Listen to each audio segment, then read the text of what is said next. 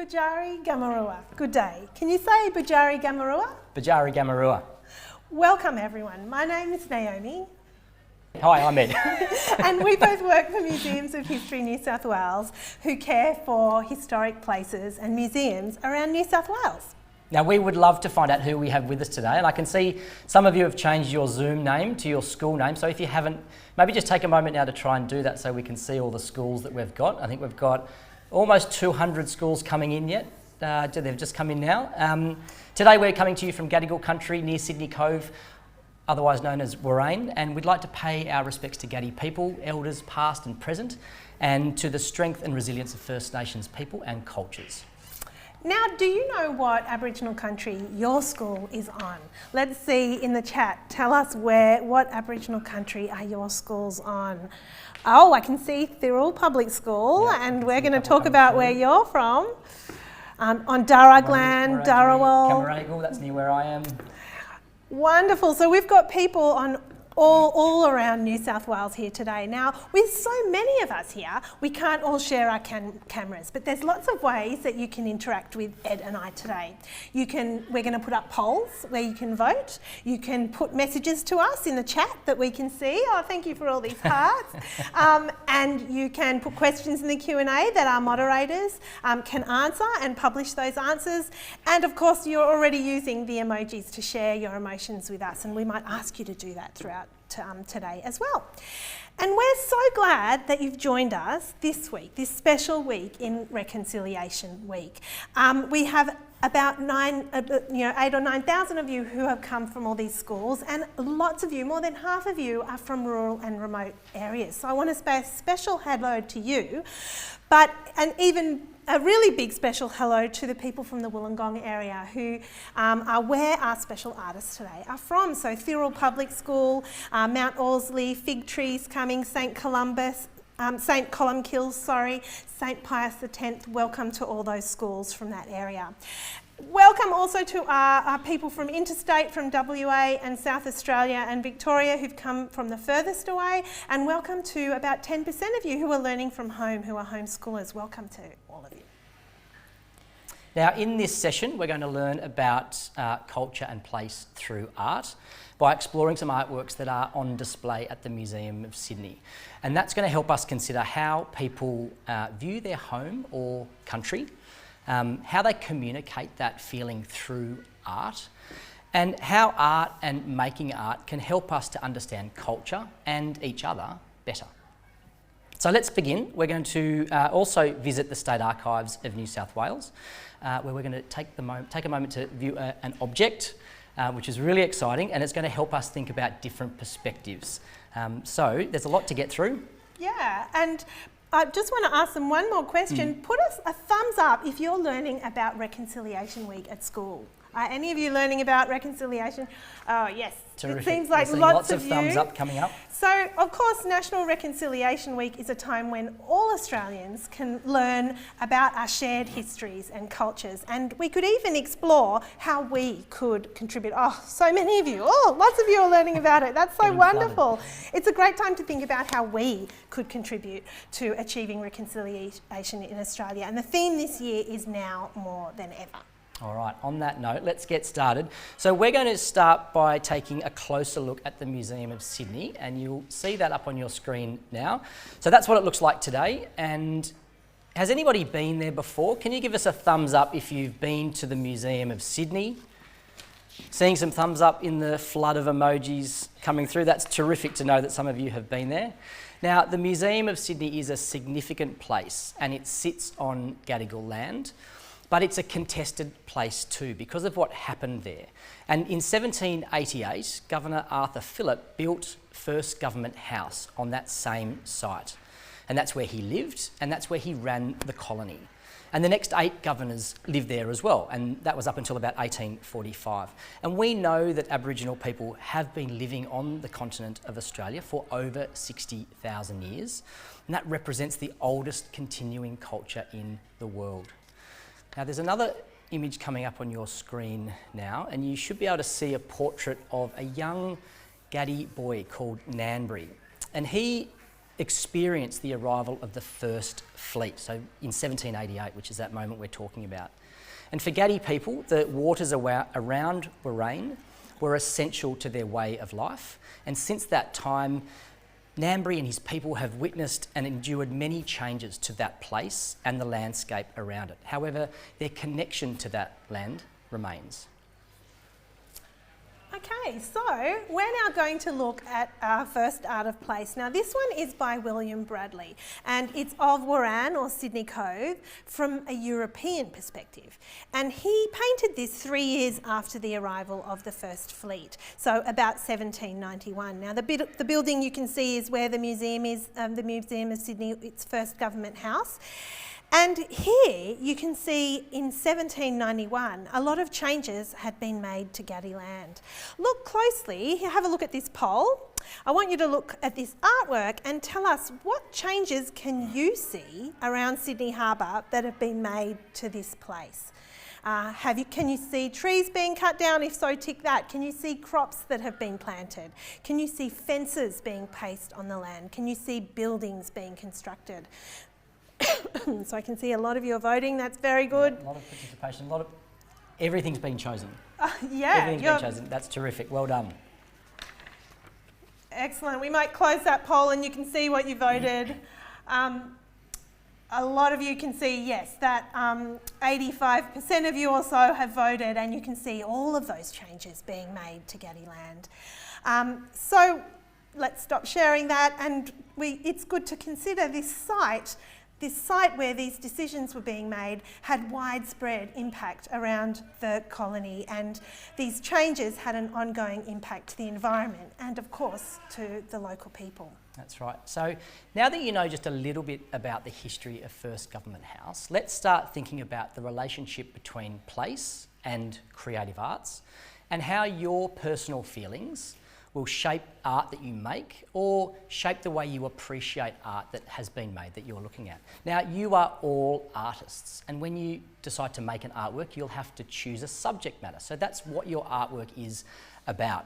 And if it's an art of place, you might choose an area of an environment that's special to you or a particular location that has meaning to you. Now, have any of you seen art about place? Can you respond with some thumbs up if you have? There's some thumbs up coming in now. And, oh, there we go. They take a moment, but then they come flooding in. That's terrific. We're seeing lots of reactions, which is lovely. Okay, now as artists, you will need to use or choose different materials or a style when you make your artwork. So we would love to know what types of art, what types of place-based art you have seen. And we'll put a poll up with some selections. So it's coming up now. There you go. So what types of place-based art have you seen? You might have seen sculptures, paintings or drawings in a gallery perhaps, installations which can include all of those, or murals in your area. And of course you might not have seen any, and that's fine. You're going to see some today, and you'll also know what to look for today after today's session. Terrific. All right, I think we might close that one off. That's pretty good. Lots of people have seen sculptures, murals and drawings and installations too. So that's wonderful. And only a small amount of you have said that you haven't seen one. Okay, great. So here at the Museum of Sydney, we have a number of artworks that respond to place. So for example, have a look at this one. This one's out the front of the museum and it's called Edge of the Trees, and it's an installation by artist Janice Lawrence and our First Nations artist Fiona Foley. So let's walk through this installation with a picture. In the installation you can see lots of words in Aboriginal languages, in English, in Latin, and you can hear Aboriginal languages being spoken. And you can also see that the poles in this installation are made of different things. Some of them are made of wood, metal, sandstone and shells. And it helps us to consider this place, its past and also its present. But today we're going to look more closely at different artworks. We're going to look at the current Museum of Sydney temporary exhibition called Art of Place. And here you can see it, it looks absolutely beautiful. Here is the entrance to the exhibition, and all the art in this exhibition has been created by Aboriginal artists from southern New South Wales, who are part of the Coomaditchie United Aboriginal Corporation. Now they have been strengthening and uniting local community down there through art and culture for over 30 years. And they have numerous beautiful works that we can look at. And the works that you can see now in the exhibition, they speak to life in and around the coastal settlement of Coomaditchie. And you can see, if we go to the next one, they are on all different elements. These are beautiful love letters that the community have painted about this place. And then if we go to the next one, we can see elements of the place, of the land, of the dreaming stories, of the ecology and of the animals that are special to this place.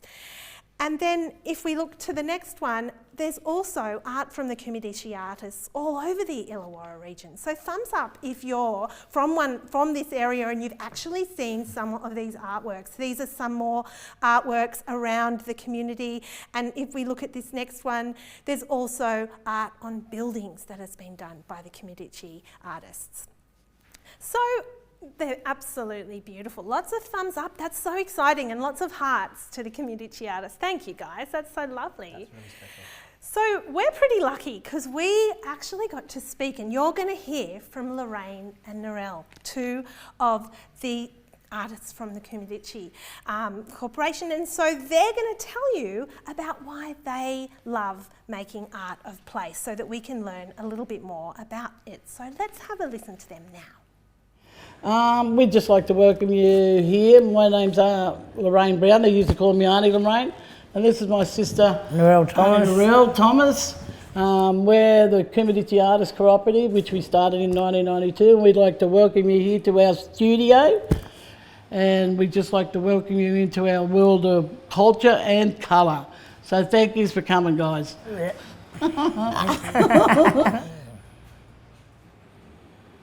Oh, I think Coomaditchie is a very special place. Because I've been here for a very long time, and you know, my husband lived in the sand hills over the back, and Coomaditchie is just home to all of us. It's a place where we've all been a tight community, and it's a place where it's been so special living here. It took us, we've been here going on 31 years now, Yeah. and it took us all that time to get people to learn to accept our community, because we had a lot of racism and stuff like that happening. Our art of place, we weave in and out of every bit of art we use. And it also brings in a lot of our coastal ties. So the art itself is woven by the way things are done, and some of the stories from some of the old fellas that told us, that were handed down, yeah. I just wish we caught more elders so that we could put their talking into images on canvas. Yeah. So thumbs up if you enjoyed meeting artists Lorraine and Narelle. Yeah, lots of you loved meeting them. So in that video, they were both telling us about their close community and about how they weave place into the art that they create. So have a look at this poll, and I want to see what you thought about that. Why do Lorraine and Narelle make art of place? What did they tell us in the video?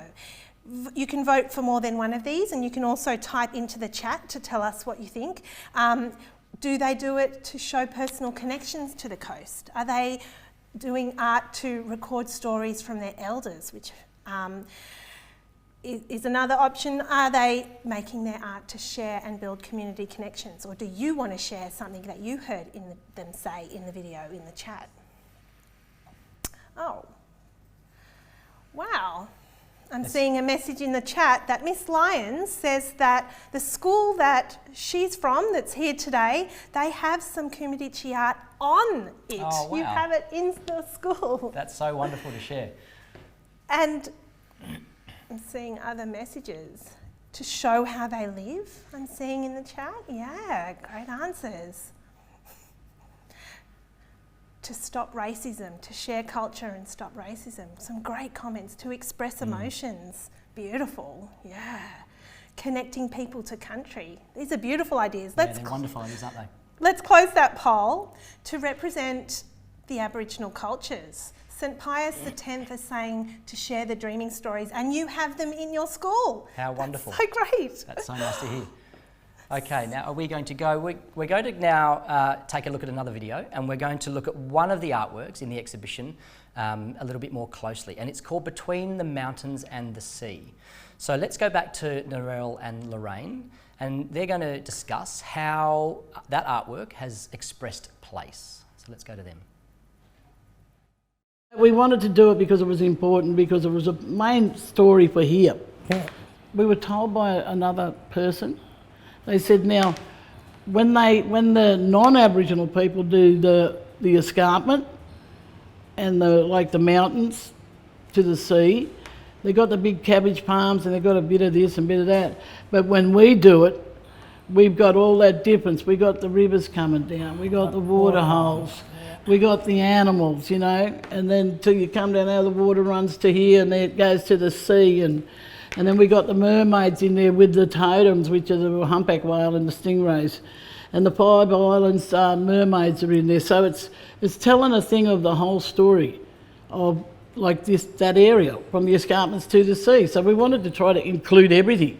Because in that escarpment, you got our bush foods, you got our animals, you know, you got our birds, Our waterways and our water holes and our walking tracks. riverways, and we tried to get all that in because it was important, because it's landscape, it's country, it's where our people walk right along this coastline, and you know, that's what it's all about. They knew where they were, where water holes were, where riverways were, the animals, everything. So in my mind, we were bringing that into that, which is really important, you know, because when we started doing murals, people go, oh, you know, you're not allowed to paint these colours in public, Lorraine, because it was always greys and Pastels. dull colours, you know what I mean? And I said, tell them to tell Ken Dame to move over because Coomaditchie's in town. And, you know, because our colours just symbolise who we are. We're all coastal mob. I don't come from the desert. I'm all this, you know. And I said, you know, people should realise. But we needed stuff to let them know that we were still alive on the East Coast and we still had culture. Because it was nearly wiped out. Yeah, and this area had no dreaming stories out. So we wanted to research the dreaming stories, and we wanted to put dreaming stories out that told of this area and the things and how they were created in this area, you know, and even down the coast. Wow, what a special artwork, and it was so nice to hear from those two. Can you give us a thumbs up if Narelle and Lorraine helped you understand the different ways that they have demonstrated the idea of place? You can see lots of thumbs up flooding through. Now I'm going to put it back up on the screen so that you can have another look at it. So there it is, Between the Mountains and the Sea. Leave it up there just for a moment. We're going to put a poll up, and when that comes up, you might need to just drag that poll out of the way. All right, let's put the poll up. And the question is, what do you see in the artwork? And remember, just move it out of the way if you need to. So there are lots of things that you can identify. We're seeing, yes, lots of people are seeing the humpback whales and the stingrays down the bottom. That's fantastic. The Five Islands, Yep. lots of people can see that. Yep, and of course the mountains are there. I don't know if they're in that selection, but the water holes and the riverways are really obvious as well, and lots of people are seeing those. And we're seeing people comment. Max is saying he thinks this artwork is really incredible. Yeah. And he loves how the artworks are connecting to the land and to the elders. And I think it was someone at North Rocks Public School said they saw the mountains in the distance, which is just beautiful. It's such a beautiful perspective that this painting gives us. That's wonderful. Yeah, lots of flora and fauna and the jagged mountains in the distance. That's terrific. The waterways. Yep. Yep. Fantastic. All right, we might close that one up. Everyone's done really well. Wow, yeah. So the artists didn't just paint one view of the landscape that they could see. They included much deeper knowledge, that cultural knowledge and dreaming stories that are unique to that place and that has been passed down over time. So a beautiful perspective through that artwork. And we're doing this session in Reconciliation Week, and we asked Lorraine and Narelle how they feel their art and art of place contributes to reconciliation. Let's hear it in their words, what they thought about that. We wanted to break down those barriers because, you know, our kids needed to have a better environment. We loved our environment on Coomaditchie, don't get me wrong, but the racism had to be broken down. Yeah. And it had to be broken down in a gentle way, in a special way, and for people to get connection to us as a nation of people with a culture of our own in this country. And that's something we try to work on, to let people know that we are proud who we are, and we are proud to be Aboriginal. And doing this has been a really big insight, not just for us, but for people that's never known or never had contact with Aboriginal people. So all that cross-talking like you or side-talking like Narelle, whatever, but it's helped us to develop us as a community, as an artist cooperative. It's brought all our kids into this, so we got great grannies that are painting with us. So we brought the life of our culture onto canvas through colour, through our foods, through our medicines, through our dance. You know, just the connection to us, to the beaches, to the rivers. It's just everything. We've just put it on canvas.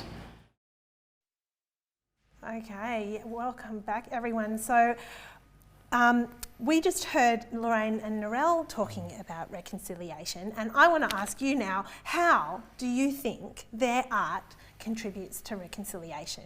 Now you could chat about this in partners, or you could chat about it as a class, and when you come up with a thought, put it in the chat so that we can see it. And we've also got up there a slide that has some quotes from what Lorraine and Narelle said, and that might help you with your answers. While you're doing that, we're really excited today as well to have Wollongong Public School with us, who are also right there where the Coomaditchie artists are in Wollongong. Welcome.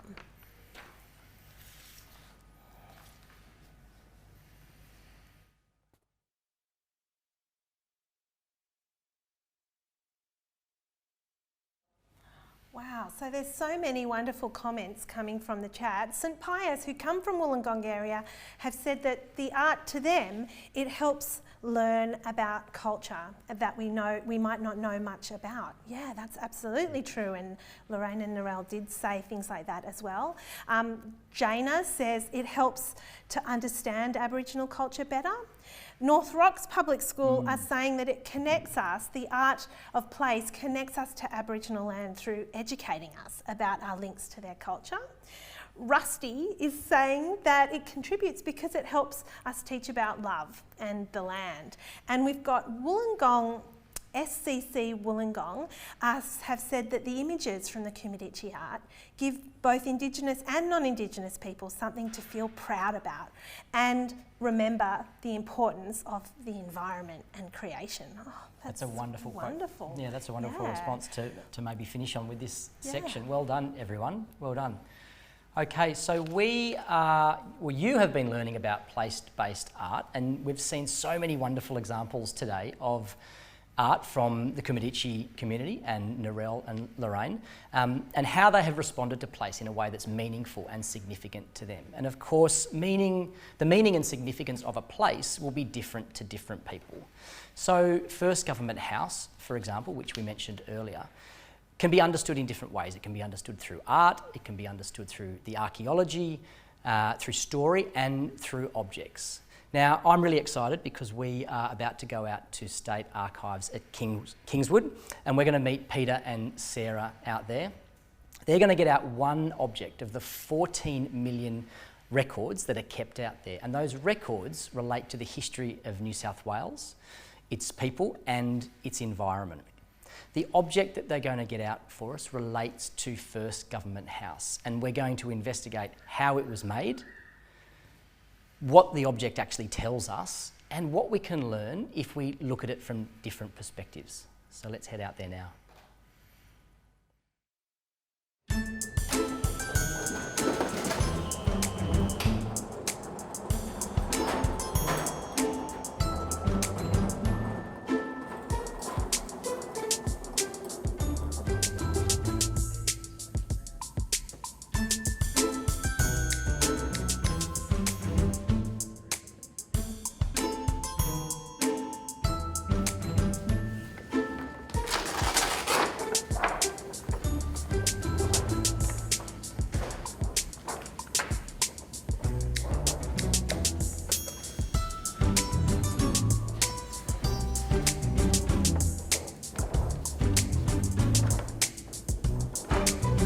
Hello, I'm Sarah. I'm a conservator here at State Archives.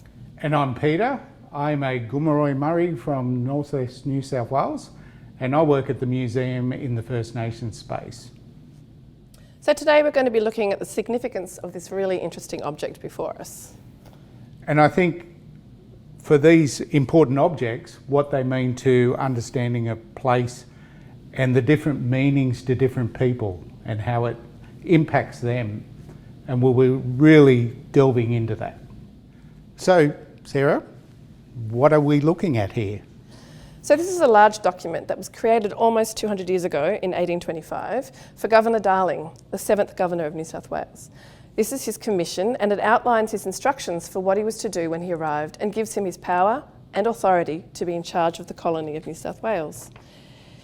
He would often have exercised that power from Government House, making decisions that affected people all over the colony. Today, the document's stored here at the archives because it's a very important document and we can care for it. But it's really important that it's available for people to see, like today. Please come and have a look. So how was it made and who actually made it? So it's not actually paper, it's parchment, and it's made from animal skin, most likely from a sheep or a goat or a cow. The skin would have been stripped of any hair, washed, soaked in lime water, and then stretched out on a frame. The stretched skin was then scraped over with a knife to make it smooth enough to write on. When the parchment was ready, the shape of a rectangle would have been cut out for use, and that's what you're looking at here. So this is a kangaroo parchment. What's interesting with this one is you can actually see the backbone of the animal, and you can see the scars on that would have been the skin. And you can see how different it is though, hear that sound. It sounds like paper, but it's actually skin. After it was made, different artists and craftsmen spent time decorating it, and when you look at the document, you can see lots of creative elements, such as this, the fancy writing and the decorative border, different symbols, and a portrait. The portrait is of King George IV and would have been originally drawn by an artist, one that was very good at representing faces. The fact that the King's face is on this document tells us that it is important and that the Governor had been given his powers by the King of England. The portrait would have then been engraved by an engraver who also created the decorative patterns that go around the document's border. The decoration tells us that a lot of effort was put into this document because it was considered to be very important at the time it was made. Putting those decorations and the portrait onto this parchment would have been done by a printer using a printing press. The printer would set up the press with all the engraved plates, the portrait, the decorative elements, and then would lay down the ink and use the press to squash the parchment down onto the wet plates. When they peeled it off, it would have had all the patterns and images transferred onto it. The final step was to write all those words on it, and that was a job for a scribe. A scribe was someone who had neat handwriting, could spell, had a lot of practice in using a quill and ink, and would have needed to have a lot of patience too. So do you think the scribe had a pen licence, Sarah? I reckon they probably did. So Sarah, what do all these words actually say? These words are his instructions. They tell the Governor what he had to do when he arrived. One particular instruction was to expand the border of the colony out to what is the present-day border of Western Australia. So New South Wales was very different to what it is today. It encompassed a huge percentage of the continent. And I think that's one of the really important points to actually think about when you're actually looking at these colonial documents. So this is a document that was giving or instructing Darling to expand that border right out to Western Australia, but there was no consideration of the hundreds of actually First Nations people living on these lands and what that actually direction would have meant to them. So Peter, can you help us understand what this document isn't telling us? Well, this document is about land and expanding that border. And I think what it doesn't actually consider is the impacts that it had on people that were living on that country for thousands and thousands of years, or for what they think, forever. And with that is their obligations to the looking after that country, to actually being part of that country, and the impact of that when you're actually not even considered to be there. And that's the notion of terra nullius.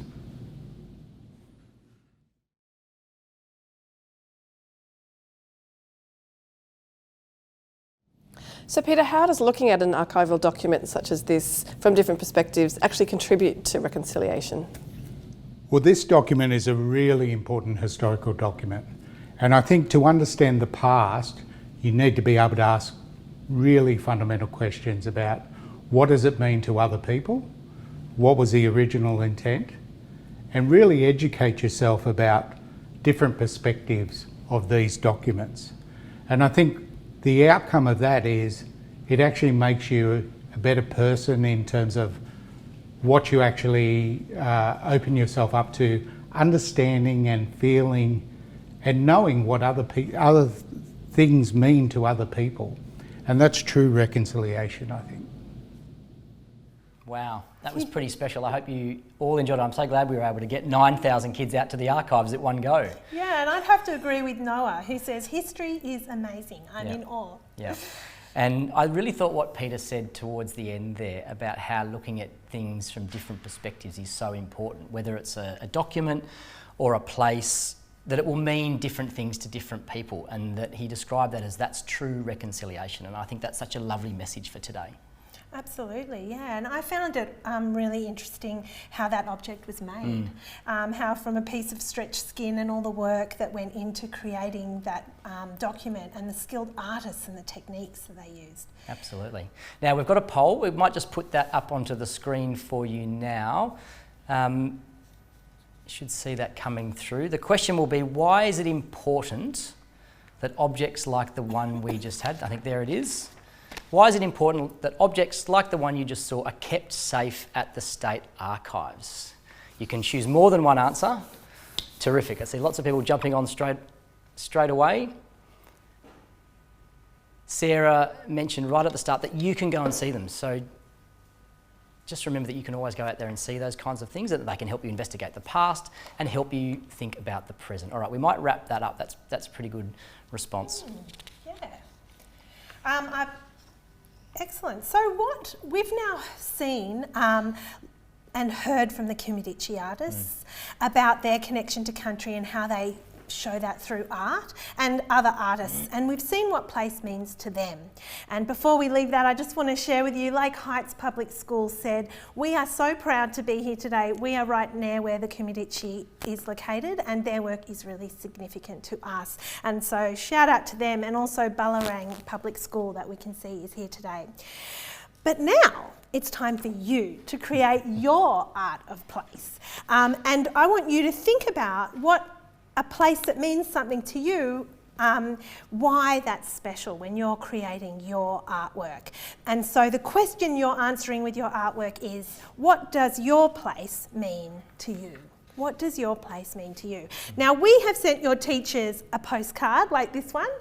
It's got blank on one side for you to do your artwork, and then on the other side, it's got a little Coomaditchie stamp, and you can write an address of someone, and you can write a message about your place to someone special. Tell them what it means to you. And let's have a look at some examples that some kids have done. So here we can see these kids have picked features of their place. So these people have both chosen, we can see Michelle has chosen a bird, and she's also chosen some buildings of her place. And then there's a bird on the other side. And here, these students have picked a building. They've picked the harbour bridge, and it's interesting, we can see two different techniques. They've copied how the Coomaditchie artists are using beautiful colours, there's dots there, and they've done that through looking at two buildings, the harbour bridge in this case. And let's have a look at two more examples. Now these two students have picked their things to do with the plants, and like the Coomaditchie artists have picked a waterway or a lagoon or a lake, I'm not sure, and then the Ningadoo has shown us mountains from where they live. So what are you going to choose to do when you do your art of place? And so thumbs up if you're excited about creating that. Thumbs up if you're looking forward to it. We're getting some thumbs up. Fantastic, excellent. And I saw someone put in the comments there, what if you're not good at drawing? And I just want to assure you all, you are all artists, and your art will look different to somebody else's, even if you're doing the same thing. So just make sure you give it a go and make it special to you. That's the best place to start. I think Lorraine and Narelle would be thrilled with all these thumbs up of people looking forward to doing art like the way they do. Now, thank you for joining us today for Art of Place. We were just thrilled to be able to share the voices of people from Coomaditchie, from the State Archives, and from the Museum of Sydney. And we would like to know what you enjoyed today. So we're going to put up another poll. I think it should be up there just in a minute. It'll come up. We want to know, did you learn something about reconciliation, art and place? Did you learn something about different perspectives? Or did you just love it all? And if you've got some other comments, please put them in the chat and we can have a look, absolutely. You can see lots of people are saying that they just loved everything, which is really nice to see. And then the art of place, certainly that's getting a lot of popular votes too, which is lovely to see. It was so nice to see so many beautiful artworks and to be sort of taken down there, I think, today to meet some of the artists as well. And that's wonderful that in Reconciliation Week, so many students feel that they've learnt something about different perspectives today. Absolutely. That's great. Now, teachers, we have an evaluation survey that will only take a couple of minutes. It will be in the chat now, if not right now in a moment, but there'll also be a QR code at the end of the session on the slide. So we'd really love it if you would take a moment to scan that, fill that out, let us know how we did, and let us know what we might be able to improve on. You know, having 9,000 kids is tremendous, and so it's always nice for us to have an opportunity to see how it went. So share your thoughts with us. That would be wonderful. Yeah, and we would love to see you come and visit our sites. Have a look at this slide. We have lots of learning programs on site. So here are a couple of examples with First Nations content. We have Garawanga Gurad, and we also have Whose Place. Both of those are at the Museum of Sydney. And the next slide, we have other virtual excursions, also with First Nation content. For example, First Contacts. You could have a look on the website for that. The link is there. And then other programs as well, like our Stage 3 and New Home, which also has First Nations content. So we'd love to see you come and visit us. All right, I think that's it, isn't it? Yeah, that's us. so That's thank bye, you all bye for for coming. now. See you later.